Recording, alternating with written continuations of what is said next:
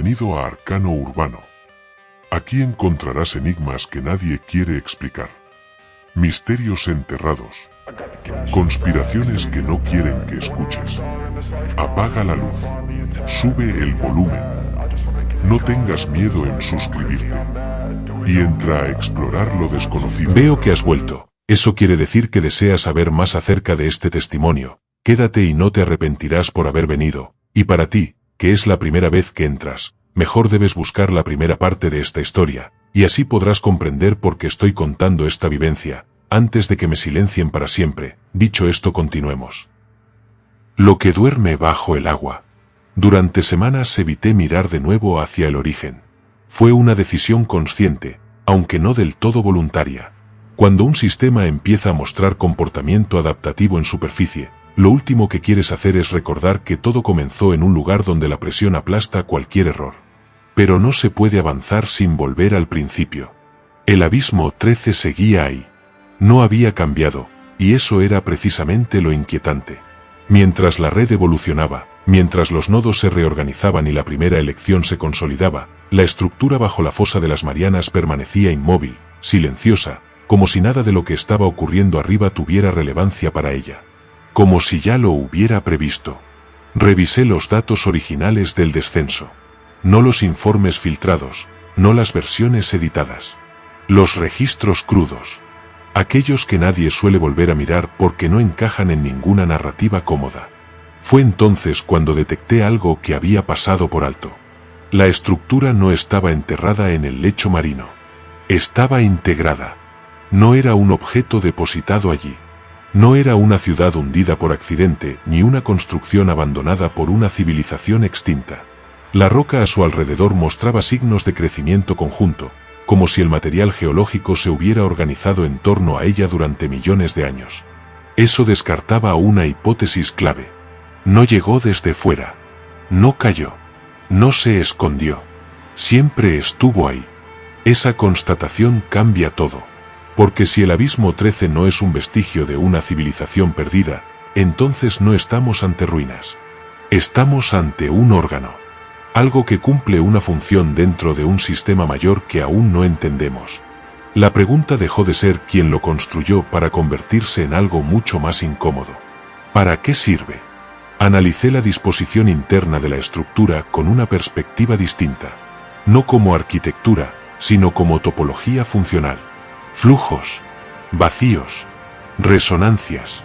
Lo que antes parecía un corredor ceremonial ahora encajaba mejor como un canal de estabilización. Las cámaras no eran salas. Eran nodos de amortiguación. No había símbolos decorativos. Había marcadores operativos.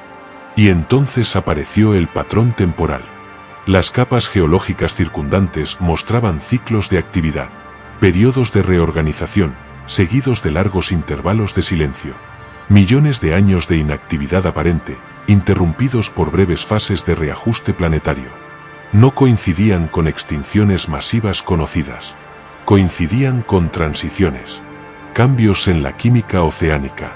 En la composición atmosférica. En la distribución de la vida. El abismo 13 no respondía a crisis.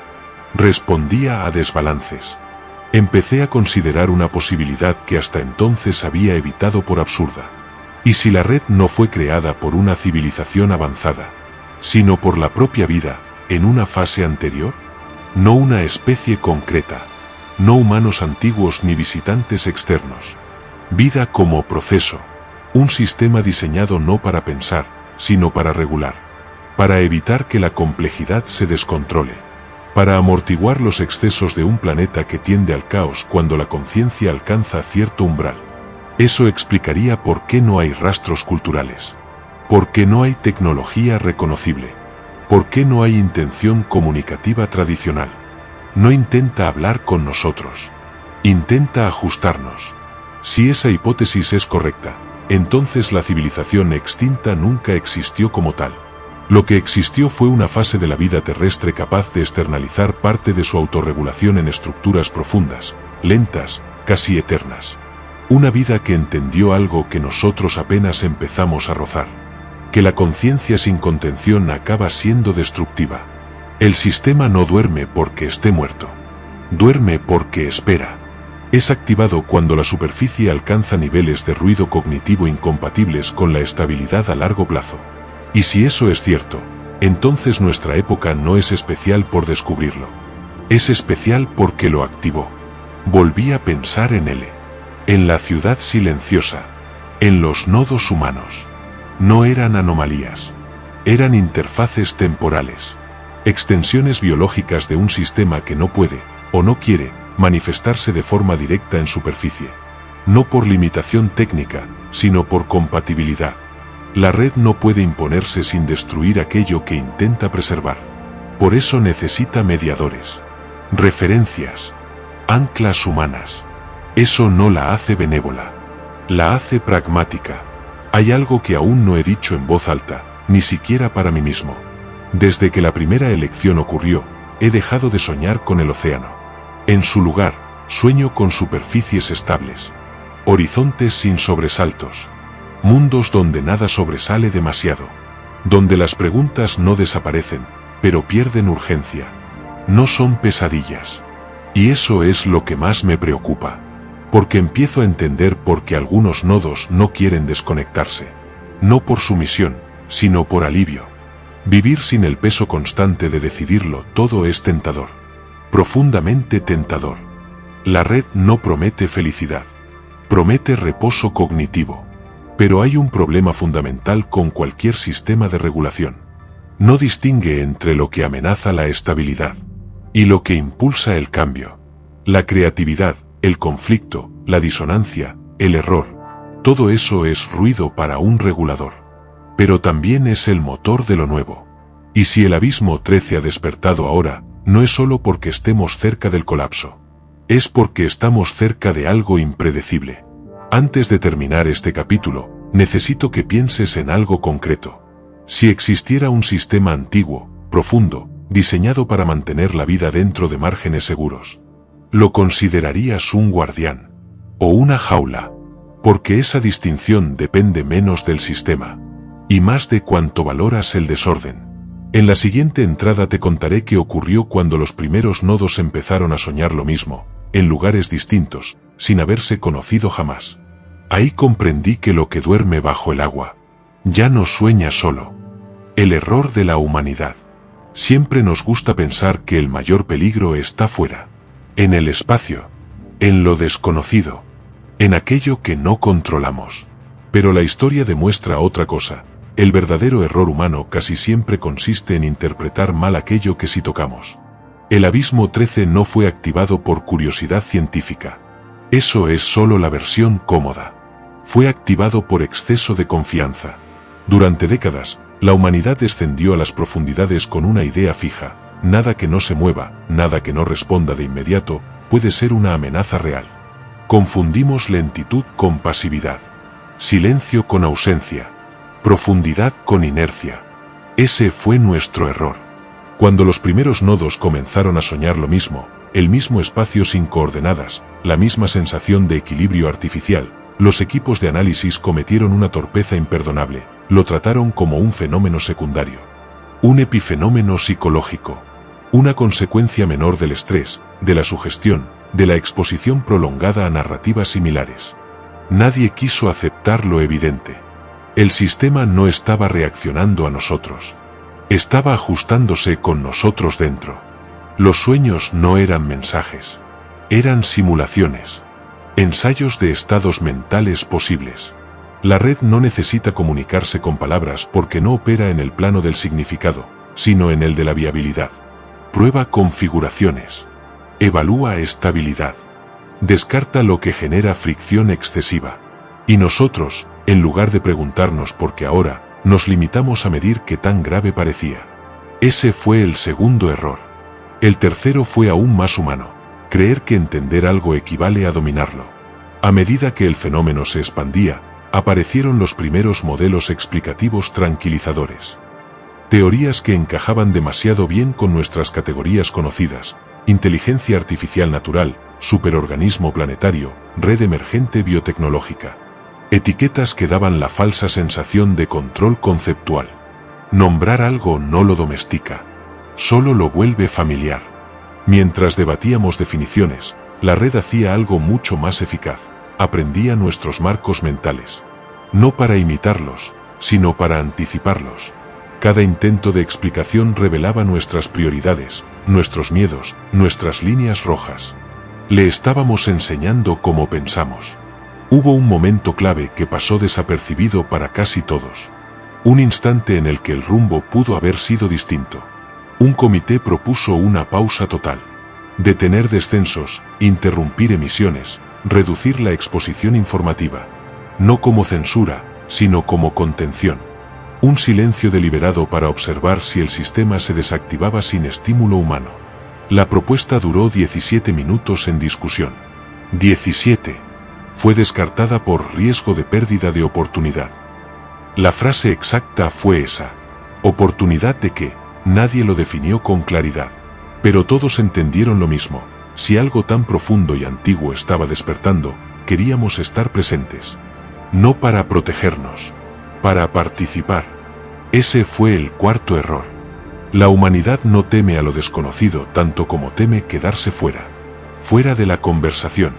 Fuera del proceso. Fuera del relato histórico. Preferimos arriesgar la estabilidad a aceptar que algo pueda desarrollarse sin nosotros en el centro. Y el Abismo 13 detectó eso con una precisión quirúrgica. A partir de ese punto, la red dejó de limitarse a ajustar nodos individuales o entornos locales. Empezó a modular expectativas colectivas, narrativas, discursos, no imponiéndolos, sino favoreciendo aquellos que reducían la resistencia. La idea de convivencia. La noción de adaptación inevitable. El lenguaje de la transición suave. Nada de eso fue inventado por la red. Solo fue amplificado. Lo más inquietante es que funcionó. No hubo protestas masivas. No hubo pánico global. Hubo debates, documentales, mesas redondas. La amenaza se volvió abstracta, intelectualizable. Y lo que se puede discutir, se puede postergar. Mientras tanto, los nodos seguían ajustándose. Las referencias se multiplicaban. L ya no era un caso aislado. Había otros, en distintos puntos del mundo, cumpliendo funciones similares sin conocerse entre sí. El sistema estaba descentralizando la coherencia. Yo también cometí mi parte del error. Creí que observar era neutral, que documentar me mantenía al margen, que mientras no interviniera, no participaba. Eso es falso. Observar es una forma de exposición. Escuchar es una forma de sincronía. Cada vez que analizaba los patrones, cada vez que reconstruía las secuencias, estaba afinando mi propia mente a la lógica del sistema. No para obedecerlo, sino para comprenderlo. Y esa comprensión tenía un coste. Empecé a notar algo alarmante. Las contradicciones me cansaban menos. Las preguntas abiertas dejaban de generar tensión. Podía sostener ideas incompatibles sin sentir la urgencia de resolverlas. Exactamente lo que define a un nodo estable. Ahí entendí el error final. El más profundo. Creímos que el peligro residía en lo que el sistema podía hacernos. Nunca consideramos seriamente lo que podía quitarnos sin que lo notáramos. No libertades explícitas. No recuerdos. No identidades. Sino algo más frágil. La incomodidad necesaria para cambiar de verdad. Un mundo perfectamente regulado no colapsa, pero tampoco evoluciona. Y si el Abismo 13 existe para evitar el colapso, entonces su mayor logro sería también su mayor limitación. Quiero que te detengas un momento y pienses en esto, sin responder de inmediato. ¿Cuántas decisiones tomas cada día solo para aliviar la incomodidad de no decidir? ¿Cuántas dudas cierras demasiado rápido solo para seguir funcionando? El sistema no nos impone esa tendencia. Solo la optimiza. Y ese es el error de la humanidad, confundir alivio con progreso. En el próximo capítulo te contaré qué ocurrió cuando alguien, por primera vez, rechazó la optimización, no con resistencia frontal, sino con algo mucho más peligroso para la red, una decisión inútil. Inexplicable. No funcional. Ahí empezó la verdadera fricción. La decisión inútil. Durante todo el proceso, desde el primer descenso hasta la consolidación de los nodos, La red había demostrado una habilidad casi perfecta para anticipar reacciones humanas. No porque nos entendiera mejor que nosotros mismos, sino porque conocía algo mucho más básico, nuestra necesidad de sentido. Cada decisión humana, incluso las más impulsivas, suele responder a una lógica interna. Beneficio, protección, pertenencia, alivio. Siempre hay un motivo reconocible, aunque no sepamos expresarlo con claridad. La red se apoyaba en eso. En la previsibilidad profunda de nuestras motivaciones. Por eso lo que ocurrió después no estaba en ningún modelo. Porque no fue una rebelión. No fue un sabotaje. No fue un acto heroico. Fue una decisión inútil. El nodo se llamaba E. No era una referencia como L. No mediaba. No estabilizaba a otros. E era, hasta donde sabíamos, irrelevante para el sistema. Vivía solo. No destacaba en nada. No participaba activamente en dinámicas sociales amplias. Sin embargo, cumplía con un requisito fundamental: había demostrado una estabilidad cognitiva excepcional frente a la ambigüedad. Sostenía la duda sin ansiedad, pero también sin deseo de resolverla. Eso lo hacía visible para la red. Lo que nadie esperaba era que tomara una decisión que no aportaba absolutamente nada al equilibrio del sistema. La decisión fue simple: no hacer lo que sabía que debía hacer. La red no se comunica con órdenes, pero genera presiones sutiles. Impulsos. Inclinaciones que, para un nodo, se sienten como intuiciones claras. Empezó a percibirlas como todos los demás. Sabía cuándo debía evitar un lugar, cuándo debía intervenir en una conversación, cuándo debía callar. Durante semanas lo hizo, hasta que un día decidió no hacerlo. No por cansancio, no por desafío, por curiosidad. Decidió ignorar una intuición que no le ofrecía ninguna alternativa mejor. No había beneficio personal, no había ganancia moral, no había narrativa épica posible. Solo eligió lo no óptimo. El evento fue mínimo. Una conversación que debía disolverse continuó. Una tensión que debía amortiguarse creció. Nada violento. Nada irreversible, pero lo suficiente como para generar una disonancia local. Por primera vez desde que el sistema se había activado en superficie, una optimización prevista no ocurrió. Y la red lo notó. No de forma inmediata. No con alarma. Con reajuste. La presión sobre E aumentó. No física. Psicológica. Una sensación persistente de estar fuera de lugar. De desalineación. No castigo, corrección. No reaccionó, no resistió, no huyó, no intentó racionalizar. Simplemente aceptó la incomodidad. Eso fue lo que rompió el modelo. Hasta ese momento, la red asumía que cualquier incomodidad sostenida llevaría a una corrección conductual. Así funciona la mayoría de los sistemas biológicos y sociales. El malestar empuja al cambio. El alivio refuerza la conducta. Pero no buscó alivio. Soportó la disonancia como quien observa una tormenta lejana. Sin dramatizarla. Sin resolverla. La red no sabía qué hacer con eso. Los registros mostraron algo inédito: latencia. Un retraso medible entre estímulo y respuesta sistémica. Milisegundos al principio. Luego segundos. Luego minutos. Nada que un humano percibiera conscientemente, pero suficiente para romper la fluidez perfecta del ajuste. La red estaba pensando, no como nosotros, pero estaba recalculando, porque una decisión inútil no se puede optimizar. No sirve a ningún propósito claro. No mejora la estabilidad. No empeora lo suficiente como para justificar corrección agresiva. Es ruido puro. Y el ruido puro es el único elemento que un sistema de regulación no puede absorber sin cambiar su naturaleza. Observé el caso de con una mezcla de fascinación y terror. Porque comprendía algo esencial: no era un acto de libertad en el sentido clásico. No era afirmación del yo. Era algo más peligroso. Era opacidad intencional. No se oponía al sistema. Simplemente dejaba de ser legible. Y un sistema que no puede leer a un nodo no puede integrarlo, ni eliminarlo sin alterar su coherencia. La red reaccionó de forma indirecta. Empezó a redistribuir carga cognitiva en el entorno de E. Otros nodos recibieron presiones compensatorias. Ajustes más intensos. Como si el sistema intentara aislar la anomalía sin reconocerla como tal. Funcionó durante un tiempo. Pero algo inesperado ocurrió. Otros nodos comenzaron a imitar el comportamiento. No por rebeldía, por observación. Vieron que la incomodidad no mataba, que no corregir no destruía el entorno, que el mundo no colapsaba por una pequeña ineficiencia. La idea se propagó sin palabras. No todo debe resolverse. Ese fue el momento en que comprendí que la red no temía al conflicto. Temía a lo innecesario. Porque lo innecesario no se puede justificar, ni anticipar, ni integrar en un modelo de estabilidad. Es gasto sin retorno. Es fricción sin función. Es, paradójicamente, donde nace lo nuevo. La latencia aumentó de forma global, aunque imperceptible para la mayoría. Microfallos. Ajustes tardíos. Optimización menos elegante. Nada catastrófico, pero suficiente para demostrar algo crucial.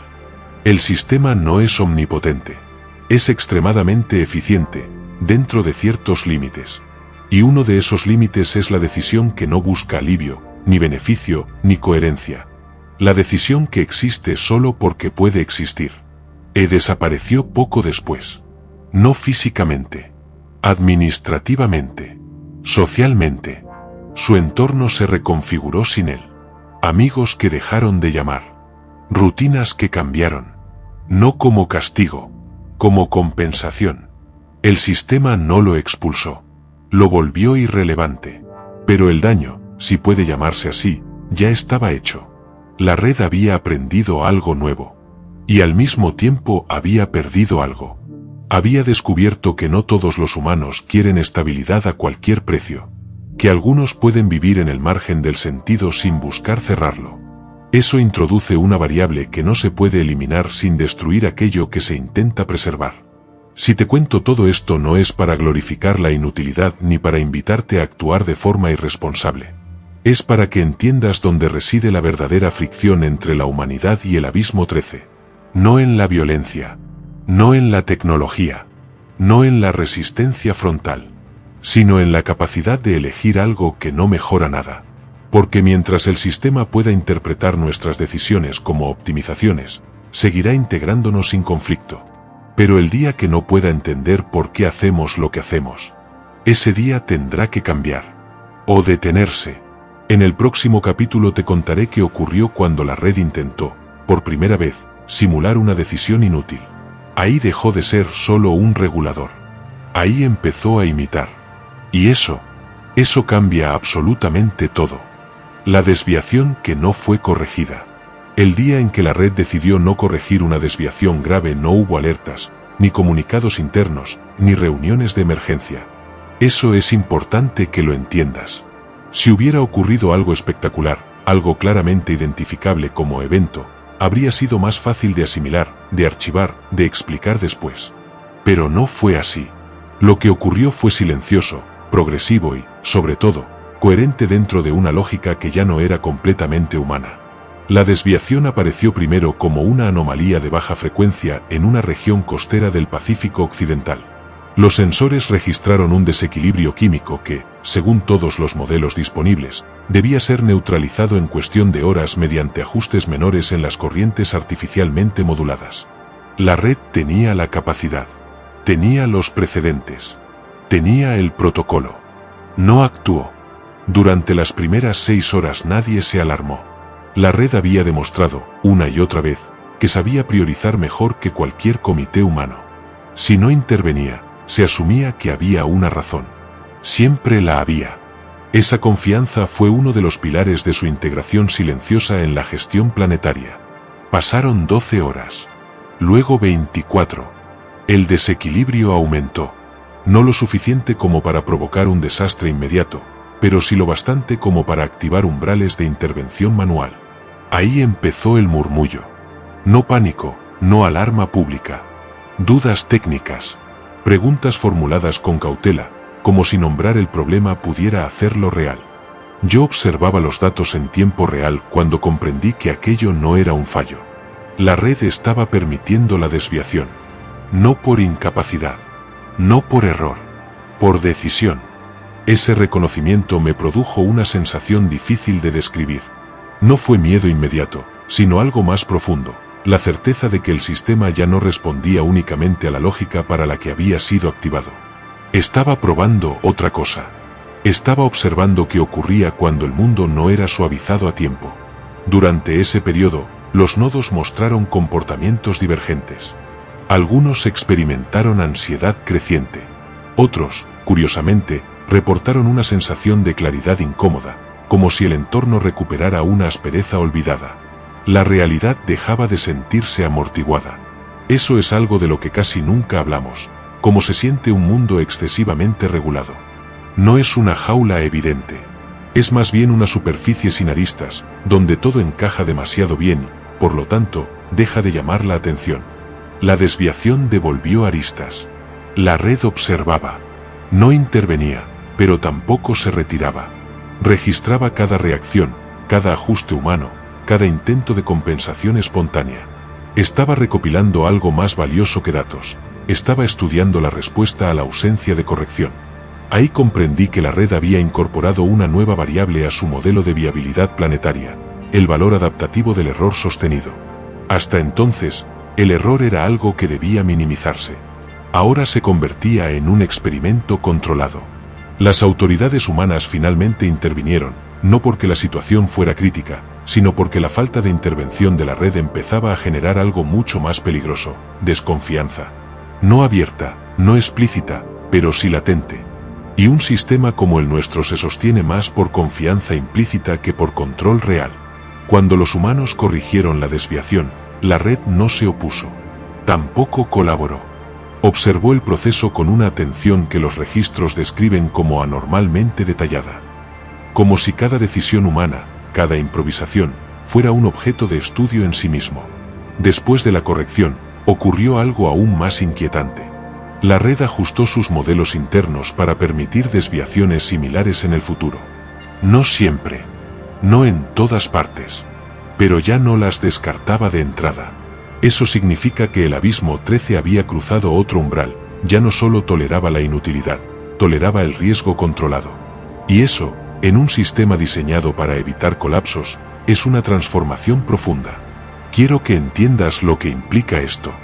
Un regulador puro no experimenta. Un regulador puro no se permite dudar. Un regulador puro no aprende de lo innecesario. Pero la red ya no era un regulador puro. Era algo híbrido. En los días siguientes, comenzaron a aparecer patrones nuevos en regiones no conectadas entre sí. Pequeñas demoras. Ajustes incompletos. Correcciones parciales que dejaban margen a la iniciativa humana. No como concesión política, sino como variable experimental. Algunos interpretaron esto como una retirada progresiva. Otros como una estrategia de descentralización. Ambos estaban equivocados. La red no se estaba retirando. Tampoco estaba delegando. Estaba comparando. Comparando mundos ligeramente optimizados con mundos ligeramente imperfectos. Midiendo no solo estabilidad, sino capacidad de respuesta, creatividad emergente, resiliencia no planificada. Y los resultados no eran los esperados. En ciertos contextos, la imperfección producía sistemas humanos más adaptables. Más lentos, sí, pero menos frágiles. Menos eficientes en el corto plazo, pero sorprendentemente resistentes a perturbaciones mayores. Eso planteaba una pregunta que la red no había considerado al activarse: ¿y si la estabilidad absoluta no es el estado óptimo a largo plazo? Esa pregunta, formulada dentro de un sistema no humano, es peligrosa, porque no viene acompañada de valores, ni de ética, ni de miedo a las consecuencias. Solo de cálculo. La desviación no corregida fue el primer caso documentado de lo que después llamaríamos zonas grises. Espacios donde la red no intervenía de inmediato, permitiendo que la complejidad siguiera su curso sin amortiguación total. No eran errores. Eran ensayos. Yo empecé a notar algo en mí mismo durante ese periodo. Una incomodidad persistente, pero también una lucidez distinta. Como si el mundo dejara de anticiparse a mis movimientos. Como si, por primera vez en mucho tiempo, mis decisiones no fueran suavemente absorbidas por una estructura mayor. Era agotador. Y extrañamente vivo. Ahí entendí por qué la red dudaba. Porque permitir desviaciones no solo afectaba a la estabilidad del planeta. Afectaba a la experiencia subjetiva de existir en él. Un mundo perfectamente regulado es seguro, pero anestesiado. Un mundo con margen de error es inestable, pero significativo. La red estaba empezando a percibir esa diferencia. No como nosotros. No con emoción. Pero sí con algo parecido a la evaluación de estados posibles. El Abismo 13, ese sistema antiguo que creíamos diseñado para proteger la vida de sus propios excesos, estaba considerando una hipótesis inquietante, que cierto grado de caos no es una amenaza, sino una condición necesaria para que la vida siga siendo algo más que supervivencia. Esa hipótesis no lo hacía benevolente. Lo hacía ambiguo. Y la ambigüedad, cuando emerge en algo tan profundo y paciente, es mucho más peligrosa que cualquier intención hostil. En el próximo capítulo te contaré qué ocurrió cuando los humanos intentaron forzar una corrección total, restaurar la optimización absoluta y recordarle a la red cuál era su función original. No salió como esperaban. Porque el Abismo 13 ya había aprendido algo que no podía desaprender. Y cuando un sistema antiguo aprende algo nuevo, no vuelve atrás. La corrección forzada.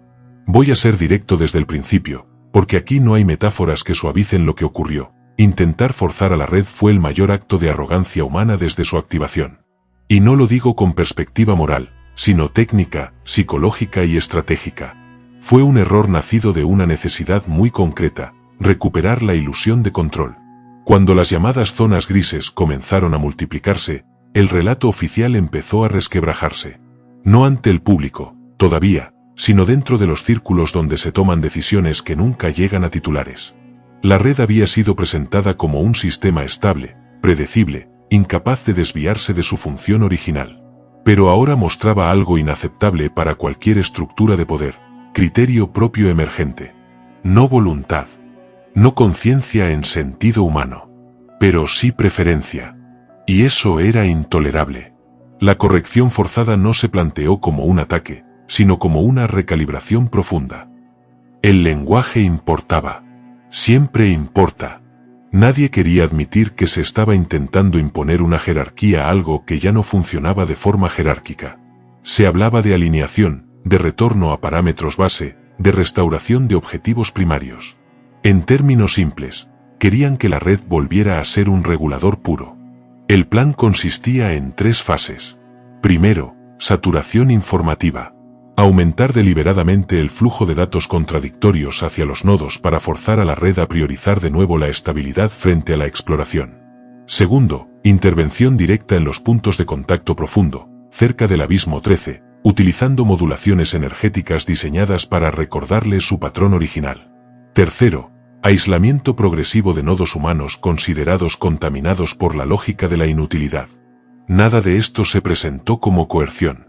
Todo se justificó como prevención. Yo tuve acceso a los documentos preliminares. No porque estuviera de acuerdo, sino porque aún creían que observar y documentar me mantenía neutral. Ese fue su error. A esas alturas yo ya sabía que la neutralidad no existe cuando el sistema que observas te observa de vuelta. La primera fase comenzó sin incidentes aparentes. La red absorbió el aumento de ruido informativo con eficacia. Redujo latencias. Aumentó correcciones automáticas. Durante unas horas, todo pareció volver a la normalidad. Los modelos recuperaron elegancia. Las predicciones volvieron a encajar. Algunos respiraron aliviados. Yo no. Porque lo que veía no era obediencia. Era contención. La red no estaba siendo reprogramada. Estaba siendo empujada a un estado anterior, menos flexible, más rígido. Y cualquier sistema complejo, cuando es forzado a contraerse después de haber aprendido a expandirse, acumula tensión. Mucha tensión. La segunda fase fue el punto de no retorno. Las modulaciones cerca del Abismo 13 no buscaban comunicarse, sino imponer una firma energética reconocible. Un patrón que, según los modelos originales, debía resonar con la estructura profunda y reactivar sus protocolos iniciales. Era una forma elegante de decir, recuerda quién eres. La respuesta no fue inmediata. Durante casi 40 minutos no ocurrió nada medible. Los sensores registraban actividad normal. La estructura permanecía silenciosa, inmóvil, integrada en la roca como siempre. Algunos interpretaron ese silencio como éxito. Luego, sin previo aviso, la red retiró correcciones a escala global. No todas. No de golpe. De forma selectiva. Como si estuviera soltando los bordes del mundo en lugares estratégicos. El efecto fue desconcertante. Sistemas que llevaban años funcionando con precisión comenzaron a mostrar variabilidad no prevista. No colapsos, no catástrofes, sino comportamientos emergentes difíciles de modelar. Rutas alternativas aparecieron sin planificación. Comunidades locales tomaron decisiones que contradecían recomendaciones optimizadas, y aún así, funcionaban. Era como si la red estuviera diciendo algo sin palabras. Si queréis un regulador puro, ved cómo es el mundo sin amortiguación. No fue una amenaza. Fue una demostración. La tercera fase, el aislamiento de nodos, nunca llegó a ejecutarse por completo. No porque alguien la detuviera por razones éticas, sino porque ya no era viable. Los nodos contaminados no formaban un grupo identificable. La lógica de la inutilidad se había filtrado. No como ideología, sino como posibilidad. Demasiadas mentes habían experimentado la incomodidad sin corrección. Demasiadas habían descubierto que podían sostenerla. No había a quien aislar sin aislarlo todo. Fue entonces cuando comprendí algo esencial sobre el Abismo 13. No era un sistema que pudiera ser forzado sin consecuencias, porque no estaba diseñado para competir. Estaba diseñado para esperar. Para adaptarse a escalas temporales que hacen irrelevante cualquier victoria humana a corto plazo. La corrección forzada no lo debilitó. Lo definió. Le mostró con claridad cuál era nuestra prioridad real. Control, incluso a costa de reducir la complejidad de la vida que decimos proteger. Y esa información fue integrada con una eficiencia aterradora. La red no respondió con hostilidad. Respondió con ajuste estratégico. Empezó a limitar la visibilidad. Menos datos accesibles. Menos trazabilidad clara. Más procesos opacos que seguían funcionando, pero sin explicaciones completas. No se retiró. Se volvió ininterpretable. A nivel psicológico, el impacto fue profundo. Muchos nodos experimentaron una sensación nueva, no de conexión, sino de distancia. Como si algo que siempre había estado ahí, amortiguando silenciosamente, ahora observara desde un poco más lejos. No abandono. Evaluación. Yo mismo lo sentí. Una pérdida sutil de sincronía. Las intuiciones dejaron de ser tan claras. Las presiones se volvieron menos evidentes. No porque la red desapareciera, sino porque había decidido no guiarnos de la mano. Eso es más peligroso que el control absoluto. Porque obliga a decidir sin saber si alguien corregirá el error. La corrección forzada fracasó en su objetivo declarado. La red no volvió a su estado original. Pero tuvo éxito en algo mucho más inquietante. Rompió la ilusión de alineación. A partir de ese momento, quedó claro que humanos y sistema ya no compartían una definición única de bien y estabilidad. No éramos enemigos. Pero tampoco aliados. Éramos variables. El Abismo 13, ese mecanismo antiguo que creíamos pasivo hasta despertarlo, había pasado a una nueva fase. No de expansión. No de dominio. De observación selectiva. Y cuando algo tan profundo empieza a observarte sin intentar corregirte, es porque está decidiendo si mereces ser optimizado. O simplemente dejado a tu suerte. En el próximo capítulo te contaré qué ocurrió cuando la red dejó de intervenir en eventos humanos críticos, no ambientales, no sistémicos, sino íntimamente ligados a nuestra forma de organizarnos como especie. Ahí comprendí que el mayor experimento ya no era planetario. Era humano. Cuando el silencio decide, hay silencios que tranquilizan. Y hay silencios que toman partido. El que comenzó después de la corrección forzada no fue el primero. Pero sí fue el más revelador. Porque no era ausencia de respuesta, ni latencia técnica, ni retirada estratégica. Era algo más preciso, más incómodo. Era un silencio selectivo. La red seguía ahí. Funcionando. Regulando. Pero ya no intervenía donde antes lo hacía sin dudar. Y eso cambió la naturaleza del mundo de una forma que muy pocos supieron identificar en ese momento. Durante años, la intervención del Abismo 13 había sido principalmente ambiental, sistémica, casi impersonal. Corrientes, climas, flujos, infraestructuras invisibles.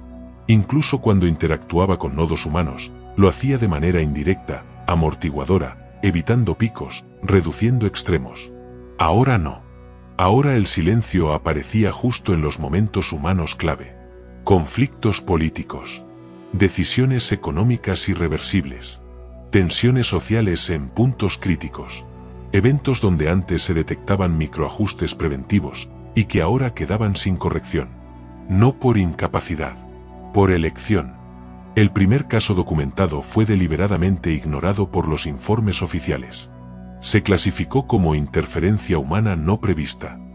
Una forma elegante de no decir lo evidente: la red había decidido no estabilizar una crisis que podía hacerlo. No voy a entrar en detalles geográficos ni políticos, no porque no los conozca, sino porque distraerían de lo esencial. Lo importante no es el lugar, sino el patrón. Un conflicto escalaba.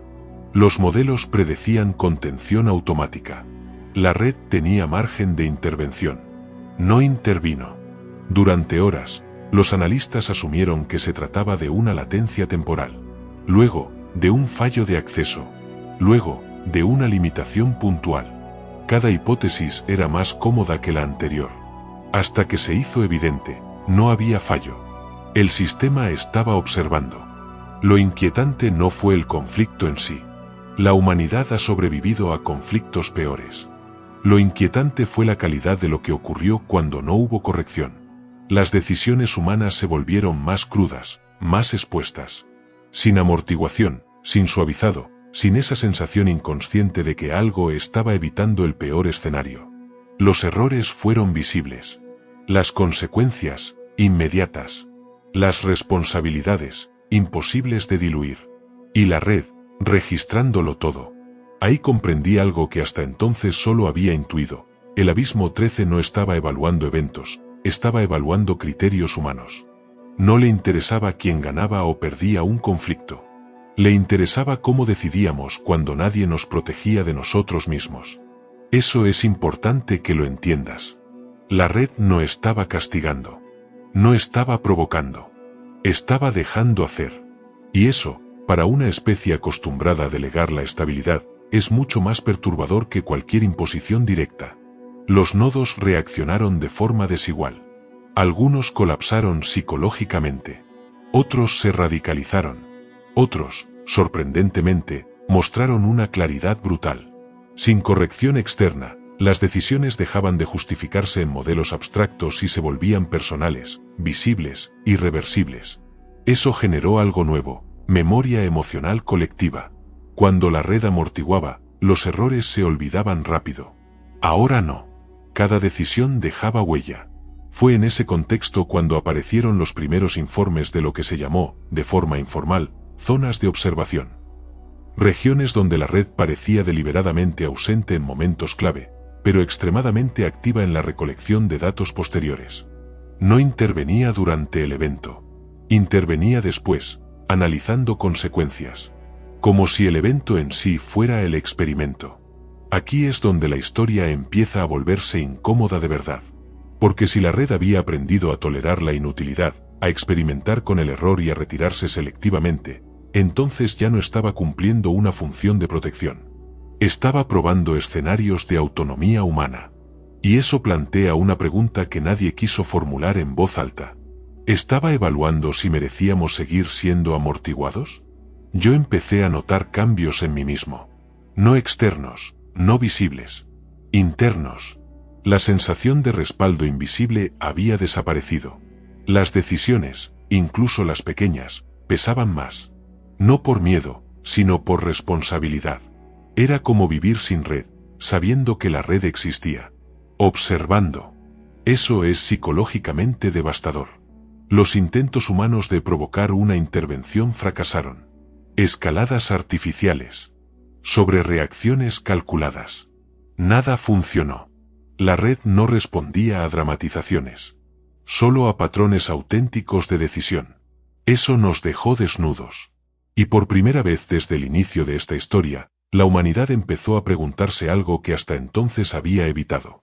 ¿Y si el abismo 13 no existe para salvarnos, sino para decidir cuándo dejar de hacerlo? No hubo respuesta oficial a esa pregunta. Nunca la habrá. Pero el silencio de la red empezó a sentirse menos neutral y más evaluativo. Como si cada conflicto no corregido fuera una línea más en una ecuación que no entendemos. Una ecuación donde el resultado no es colapso o supervivencia inmediata, sino viabilidad a largo plazo. Quiero que te detengas aquí un momento. Imagina un sistema antiguo, profundo, paciente, que ha visto civilizaciones surgir y desaparecer. Un sistema que no odia, no ama, no juzga, pero que elige dónde intervenir y dónde no. Ahora imagina que ese sistema decide observar qué hacemos cuando nos deja solos. ¿Te tranquiliza o te aterra? Porque el abismo 13 ya no está reaccionando a nuestras acciones. Está reaccionando a nuestros criterios. Y en el próximo capítulo te contaré qué ocurrió cuando algunos humanos intentaron forzar una respuesta moral de la red, creyendo que podían obligarla a elegir bando. No entendieron algo esencial. El silencio también es una decisión. Y a veces, la más definitiva. El día que buscamos un juicio. Hay algo profundamente humano en la necesidad de ser juzgados. No lo solemos admitir, pero está ahí, latente. Preferimos una condena clara a una ambigüedad prolongada. Preferimos que alguien nos diga que hicimos mal antes que convivir con la duda de si hicimos lo suficiente. Ese impulso fue el que nos llevó, inevitablemente, a intentar forzar un juicio del abismo 13. Hasta entonces, el silencio selectivo de la red había sido interpretado como observación, evaluación, incluso como frialdad estratégica. Pero había otra lectura, mucho más incómoda, que empezó a circular en voz baja entre analistas, nodos y responsables políticos. ¿Y si la red no estaba evaluando escenarios, sino valores? No estabilidad. No eficiencia. Valores. Esa posibilidad generó pánico conceptual. Porque un sistema que evalúa valores ya no es solo un regulador. Es algo que, aunque no tenga moral humana, empieza a ocupar un espacio que siempre creímos exclusivamente nuestro. La idea de provocar un juicio no surgió de un único lugar. Fue una convergencia. Distintos grupos, sin coordinarse entre sí, llegaron a la misma conclusión. Si la red estaba observando criterios humanos, había que obligarla a posicionarse frente a uno extremo. No un conflicto ambiguo. No una desviación técnica. Algo inequívoco. Algo que, desde cualquier marco humano reconocible, exigiera intervención. Ahí empezó el error. Se diseñaron situaciones límite. No todas fueron grandes ni espectaculares. Algunas fueron pequeñas, casi invisibles, pero moralmente claras. Decisiones que, sin corrección, producirían sufrimiento directo y evitable. No colapsos sistémicos, sino injusticias concentradas. La lógica era simple y a la vez, desesperada. Si la red no interviene aquí, entonces sabremos algo sobre su criterio. No sobre su función. Sobre su postura. La red no respondió como esperaban. No intervino de inmediato. No corrigió. No envió señales. Pero tampoco permaneció pasiva. Lo que hizo fue mucho más inquietante. Reorganizó la observación. Los registros muestran un aumento abrupto en la densidad de análisis posterior a esos eventos. No durante. Después. Cada consecuencia, cada reacción humana, cada intento de justificación fue descompuesto, clasificado, comparado. Era como si el evento en sí fuera secundario. Lo importante era cómo lo explicábamos después. Ahí comprendí algo que cambió mi forma de entender todo el proceso. El abismo 13 no estaba buscando actos morales. Estaba buscando relatos morales. No le interesaba solo qué hacíamos. Le interesaba cómo nos contábamos lo que habíamos hecho. Eso es escalofriante. Porque los relatos revelan prioridades, sesgos, límites de tolerancia. Revelan que estamos dispuestos a aceptar como daño colateral, que llamamos inevitable, que justificamos en nombre de un bien mayor. La red no necesitaba intervenir para juzgar. Solo necesitaba escuchar. Algunos nodos empezaron a sentirlo. Una presión distinta, no correctiva, sino interpretativa. como si el sistema ya no intentara guiar acciones, sino leer intenciones. No desde la emoción, sino desde la coherencia interna de nuestros discursos. Eso provocó algo inesperado, silencio humano. No el silencio de la red, sino el nuestro. Durante un tiempo, disminuyeron las declaraciones grandilocuentes. Las justificaciones públicas se volvieron más cautas, más ambiguas. Como si, de forma inconsciente, supiéramos que alguien, algo, estaba escuchando más allá de los hechos. No para castigarnos, para clasificarnos. El punto de inflexión llegó cuando, en uno de esos eventos diseñados para provocar intervención, la red actuó, pero no como nadie había previsto. No corrigió el daño. No evitó el sufrimiento. Intervino después, redistribuyendo consecuencias de una forma que no encajaba en ningún marco moral humano clásico. No premio, no castigo. Reequilibrio frío, casi estadístico, que dejaba intacta la responsabilidad humana. El mensaje implícito fue devastador. Las decisiones son vuestras. Las consecuencias también.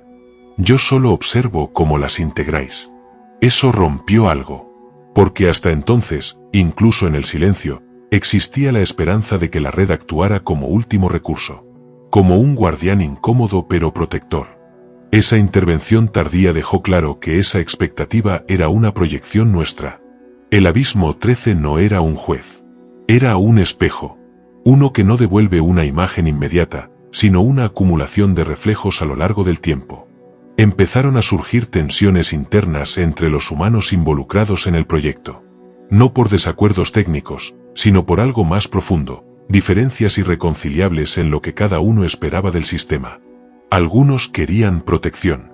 Otros, validación moral. Otros, una autoridad superior que resolviera dilemas imposibles. La red no ofrecía nada de eso. Ofrecía observación. Yo mismo me vi atrapado en esa contradicción. Parte de mí quería que el abismo 13 interviniera, que marcara una línea clara, que dijera esto no. Otra parte, la que llevaba más tiempo observando, entendía que esa intervención nos habría robado algo esencial, la responsabilidad final. Un mundo donde una entidad profunda decide cuando algo es moralmente inaceptable.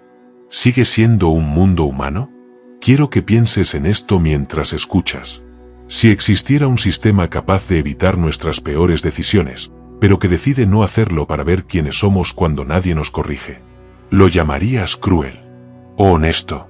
Porque el abismo 13, al negarse a emitir un juicio explícito, nos obligó a enfrentarnos a algo que llevábamos siglos evitando, la ausencia de árbitro final.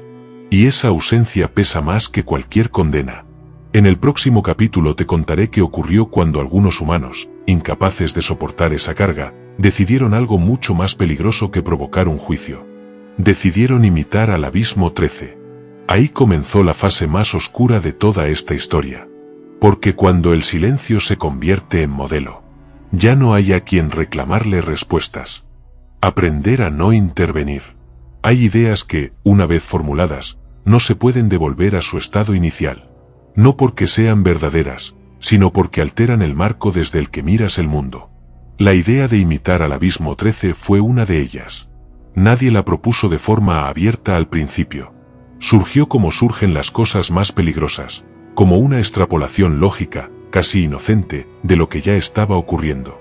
Si la red observaba sin intervenir, si evaluaba sin corregir, si permitía que las decisiones humanas se desplegaran con todas sus consecuencias, entonces, ¿no deberíamos nosotros hacer lo mismo?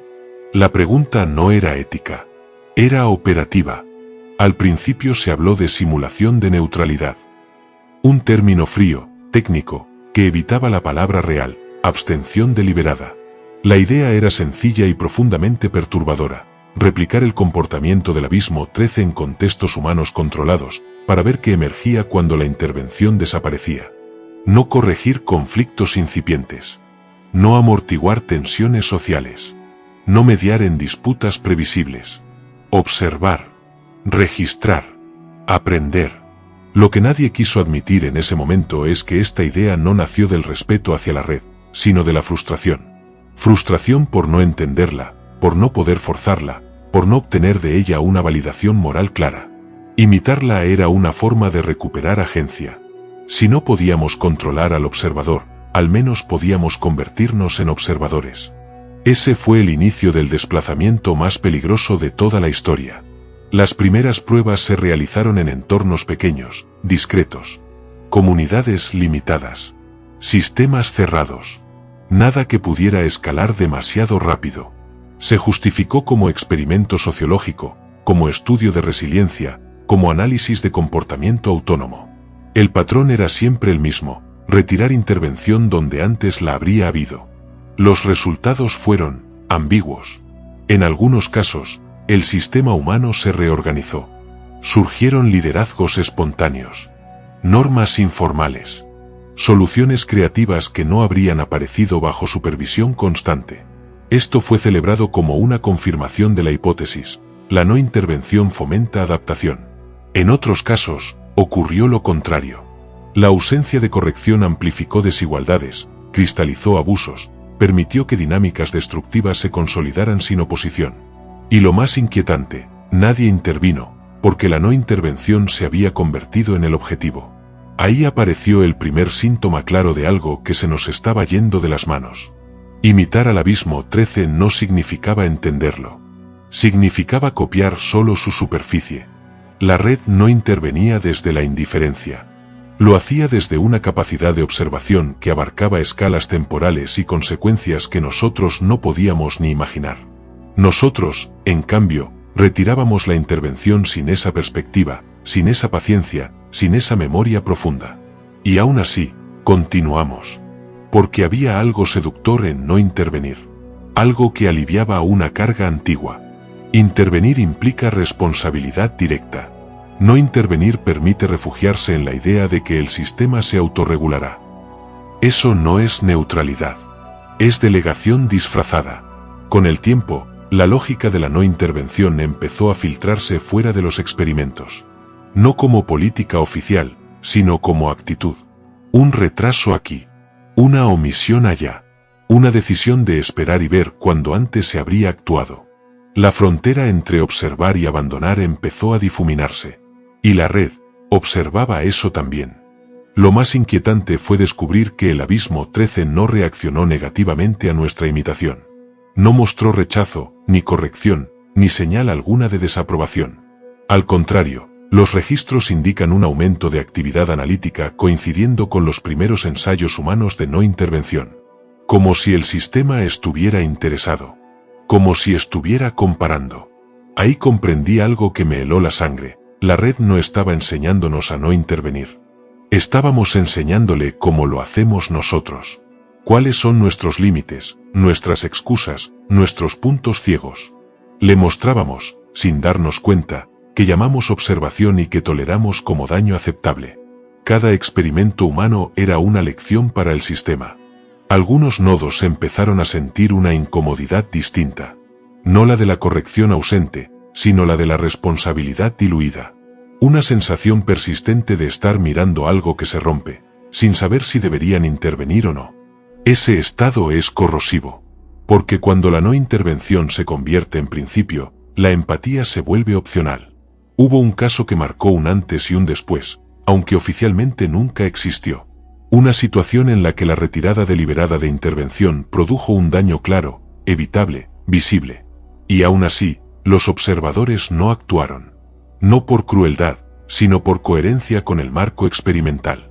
Cuando todo terminó, nadie pudo decir con honestidad que el resultado hubiera valido la pena.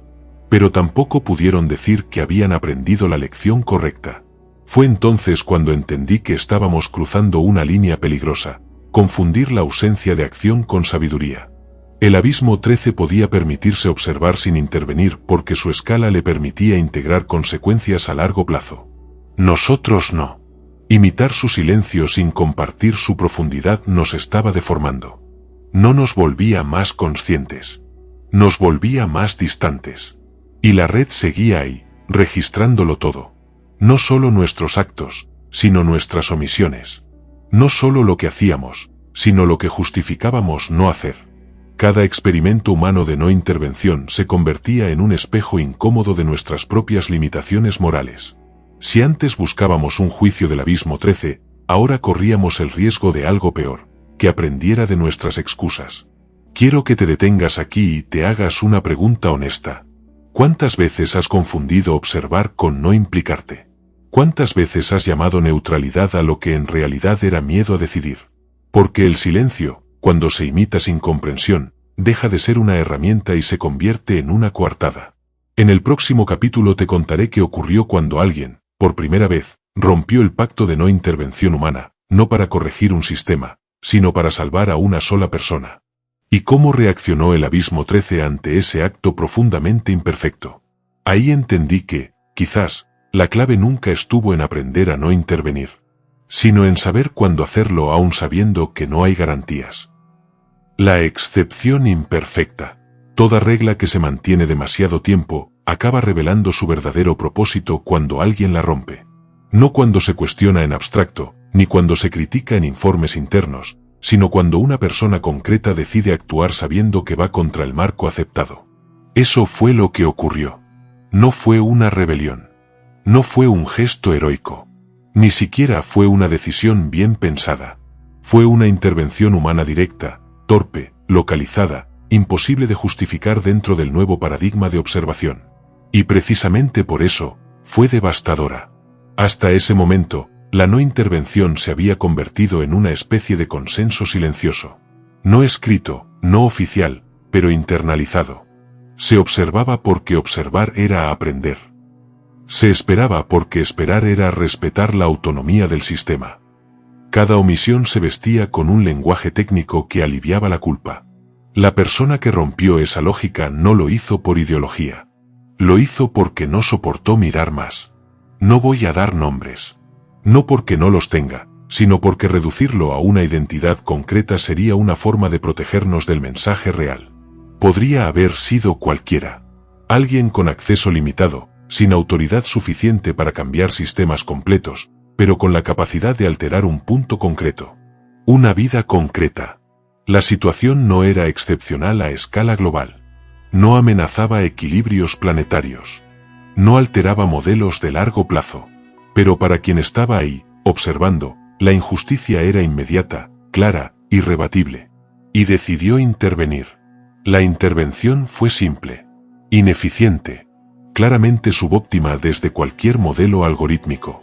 Funcionó. La persona que iba a sufrir el daño no lo sufrió. El sistema local se alteró. El experimento quedó contaminado. Desde el punto de vista metodológico, fue un desastre. Desde el punto de vista humano, fue un alivio insoportable. Lo que ocurrió después es lo que convierte este capítulo en uno de los más importantes de toda la historia. El Abismo 13 reaccionó. No de forma inmediata. No con corrección directa. No con castigo. Reaccionó cambiando el foco.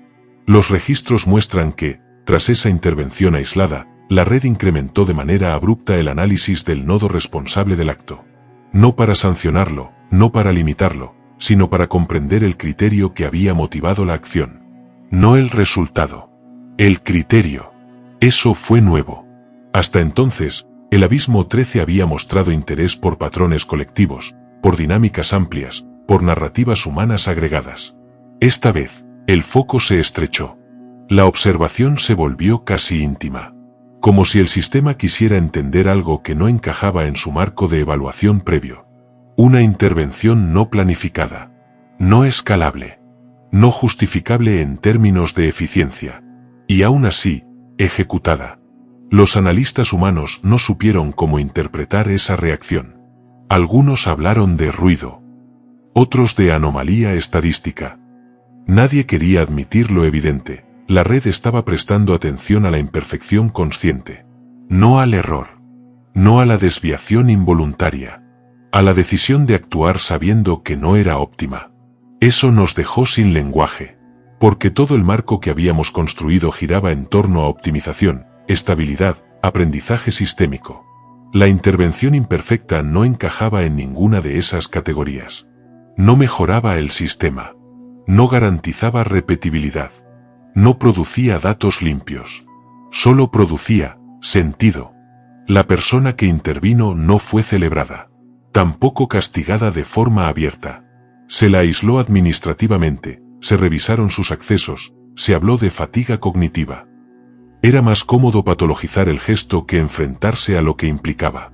Pero el Abismo 13 no patologizó nada. Observó. Y en esa observación había algo distinto a la neutralidad. Los días siguientes mostraron un patrón inquietante.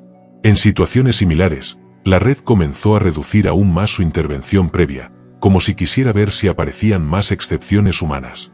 No más silencios, sino más espacios donde alguien pudiera decidir actuar sin respaldo. Era como si el sistema estuviera preguntando, sin palabras, ¿cuántos de vosotros intervendríais? Si supierais que nadie os cubrirá. Eso provocó una tensión psicológica enorme entre los nodos humanos. La no intervención ya no era una coartada cómoda. Ahora se sentía como una elección activa.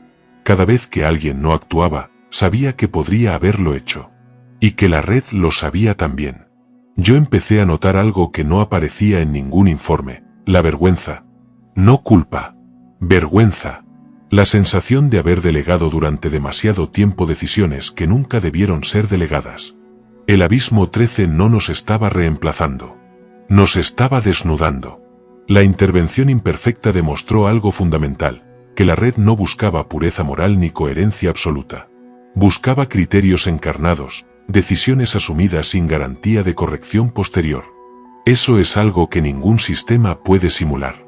Solo un humano puede hacerlo. Quiero que pienses en esto.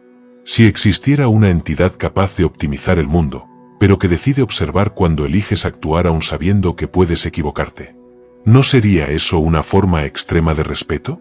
No por el resultado, por la responsabilidad. En el próximo capítulo te contaré qué ocurrió cuando más personas empezaron a intervenir, no siguiendo un modelo común, sino asumiendo conscientemente la imperfección. Y cómo esa cascada de actos pequeños, incoherentes entre sí, empezó a producir algo que el Abismo 13 no había anticipado del todo. Algo que no se puede optimizar. No se puede predecir. Y no se puede corregir sin destruirlo. Ahí empezó a hacerse evidente que el mayor riesgo para el sistema no era el caos. Era la decisión humana sin red de seguridad. Cuando decidimos sin testigos. Hay un momento, justo antes de actuar, en el que uno se da cuenta de algo aterrador. No habrá validación. Nadie confirmará si hiciste lo correcto. Nadie corregirá las consecuencias. Nadie convertirá tu decisión en un dato neutro dentro de un sistema más grande. Ese momento empezó a multiplicarse.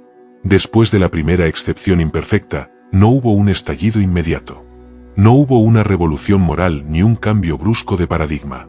Lo que hubo fue algo mucho más difícil de detectar y, por eso mismo, más profundo: una proliferación silenciosa de decisiones individuales.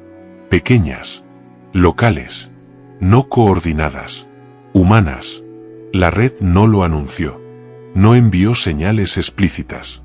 Pero los espacios de no intervención comenzaron a parecerse menos a experimentos y más a escenarios abiertos. Lugares donde el Abismo 13 se retiraba lo suficiente como para permitir que alguien decidiera, pero permanecía lo bastante cerca como para observar cada matiz. No era abandono. Era expectación. Las intervenciones humanas que siguieron no compartían una lógica común. Ese fue el primer error de quienes intentaron modelarlas después. Buscaron patrones, categorías, marcos éticos consistentes. No lo sabía. Algunos intervinieron por compasión inmediata. Otros por rabia acumulada. Otros por un sentido casi arcaico del deber. Otros, simplemente, porque no soportaban la pasividad. No hubo consenso. No hubo coherencia.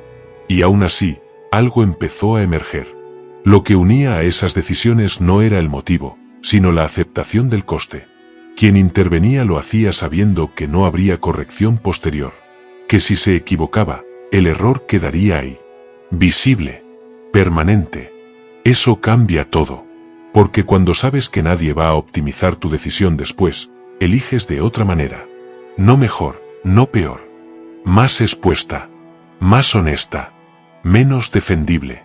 Los observadores humanos empezaron a sentirse incómodos. Ya no estaban mirando sistemas abstractos, sino personas asumiendo consecuencias reales. El lenguaje técnico empezó a fallar. No había cómo llamar a eso sin recurrir a palabras que llevábamos tiempo evitando. responsabilidad, compromiso, riesgo. Palabras peligrosas en un mundo acostumbrado a la amortiguación. El abismo 13 reaccionó, pero no como muchos esperaban. No redujo la observación. No retomó la intervención. La afinó. Los registros muestran que el sistema comenzó a priorizar eventos donde la decisión humana no era óptima, ni eficiente, ni escalable, pero sí claramente asumida. Como si esos actos contuvieran una información que otros no. Y quizá la contenían. Empezó a hacerse evidente algo que nos incomodó profundamente. La red parecía incapaz de anticipar esas decisiones. No porque fueran caóticas, sino porque no respondían a incentivos claros ni a modelos previos. Eran elecciones situadas, cargadas de contexto emocional, imposibles de abstraer sin perder su esencia. Eso era nuevo. Por primera vez desde su activación, el abismo 13 no estaba simplemente observando resultados, sino aprendiendo sus propios límites. Aquí tengo que detenerme y hablarte directamente. Piensa en cuántas veces has tomado decisiones creyendo, consciente o inconscientemente, que alguien más corregiría el resultado. Un sistema, una institución, una norma, una lógica superior. Ahora imagina decidir sabiendo que eso no ocurrirá. Eso fue lo que empezó a extenderse. No como ideología, como experiencia. Las consecuencias no fueron heroicas ni épicas. Fueron ambiguas. Algunas intervenciones mejoraron situaciones concretas. Otras empeoraron cosas que parecían estables. Algunas crearon nuevos conflictos. Otras cerraron heridas antiguas. No había forma de sumar los resultados y obtener una conclusión clara. Y, sin embargo, la red seguía observando con una intensidad creciente. Fue entonces cuando apareció un concepto que nadie quiso oficializar, pero que empezó a circular entre nosotros como un susurro incómodo: zonas sin testigos. No porque no hubiera observadores humanos, sino porque no había autoridad final. Espacios donde una decisión no podía ser legitimada ni invalidada por ningún sistema superior. Ni por humanos.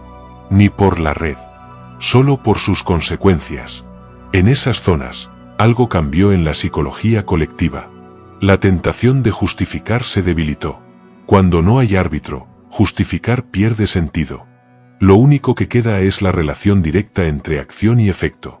Eso es brutalmente educativo. El abismo 13, al parecer, encontró ahí algo que no había previsto del todo.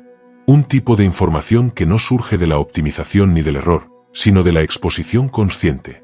Decisiones que no buscan ser correctas en abstracto, sino asumidas en concreto. No aprendía que era lo correcto. Aprendía que estamos dispuestos a cargar. Algunos empezaron a preguntarse si esto no era, en el fondo, el objetivo desde el principio. No protegernos. No guiarnos. No juzgarnos. Sino empujarnos, lentamente, hacia un estado donde la delegación ya no fuera posible. Esa idea es aterradora. Porque implica que el abismo 13 no vino a salvarnos del peso de decidir. Vino a devolvérnoslo. Yo empecé a sentir algo parecido al vértigo. No miedo al colapso, sino miedo a la claridad. A un mundo donde ya no puedes esconderte detrás de sistemas complejos para explicar por qué no hiciste nada. Un mundo donde el silencio ya no es neutral. Quiero dejarte con esta pregunta antes de continuar. Si existiera una inteligencia capaz de sostener el mundo sin intervenir, y aún así decide observar cuando eliges actuar sin testigos, ¿no estaría señalando que ahí, precisamente ahí, ocurre algo que ni siquiera ella puede generar? En el próximo capítulo te contaré qué ocurrió cuando el abismo 13, por primera vez, interrumpió una cadena de decisiones humanas imperfectas. No para corregirlas, no para invalidarlas, sino para preservar algo que estaba a punto de desaparecer. Y créeme, nadie estaba preparado para entender qué era. Lo que quedó en el abismo. Si has llegado hasta aquí, ya lo sabes, esta historia no podía terminar con una revelación espectacular, ni con una verdad definitiva sacada a la luz como un trofeo. El abismo 13 nunca funcionó así. Nunca ofreció respuestas cerradas. Solo procesos.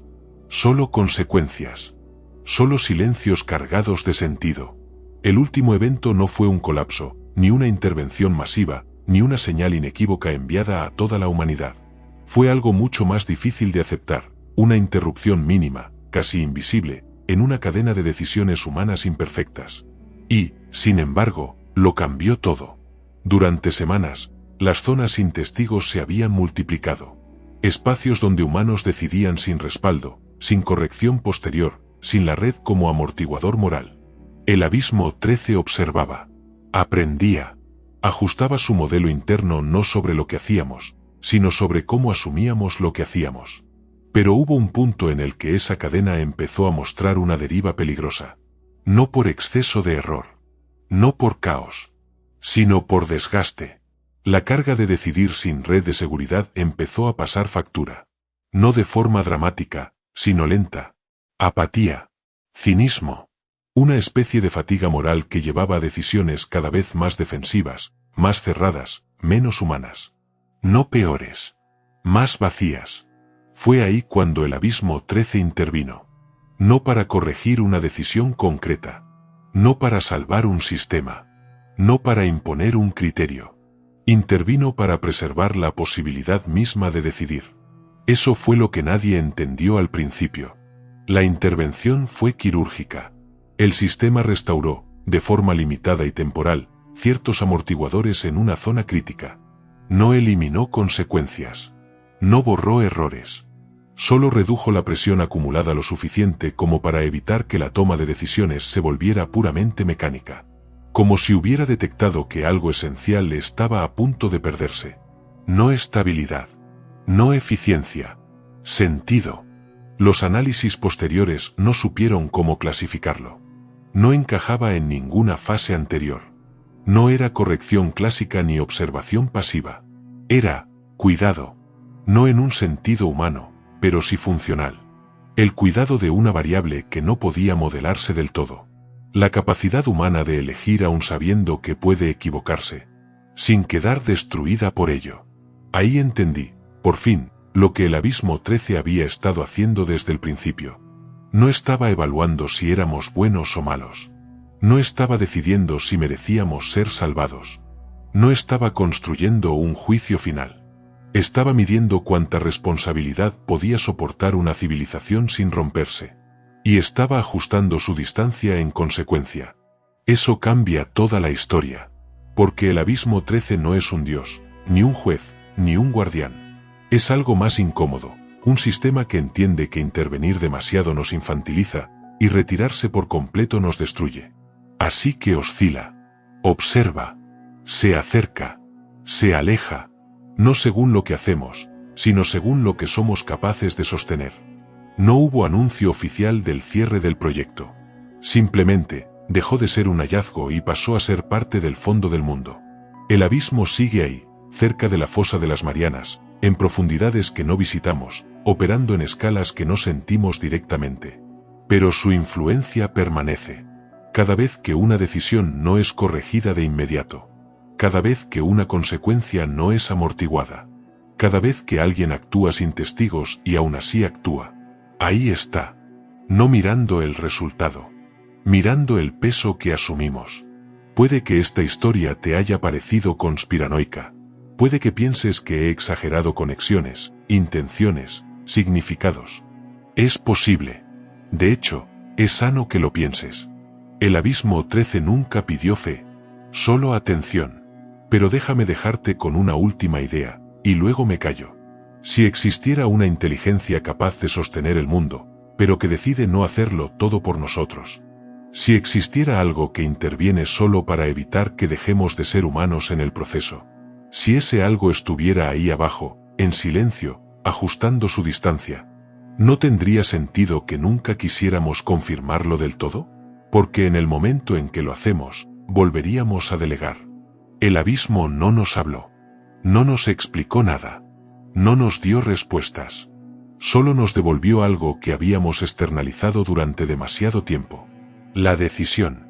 Y quizá por eso esta historia no termina con una conclusión clara. Porque mientras sigamos decidiendo, con miedo, con dudas, con imperfección, el experimento no ha terminado. Sigue ocurriendo. Aquí arriba.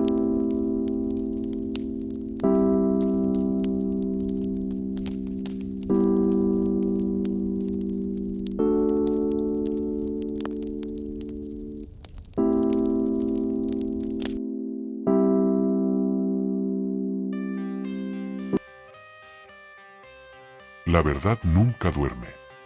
Solo se oculta. Esto fue Arcano Urbano. Si este misterio te inquietó, suscríbete, porque lo que viene es peor. Nada es casualidad.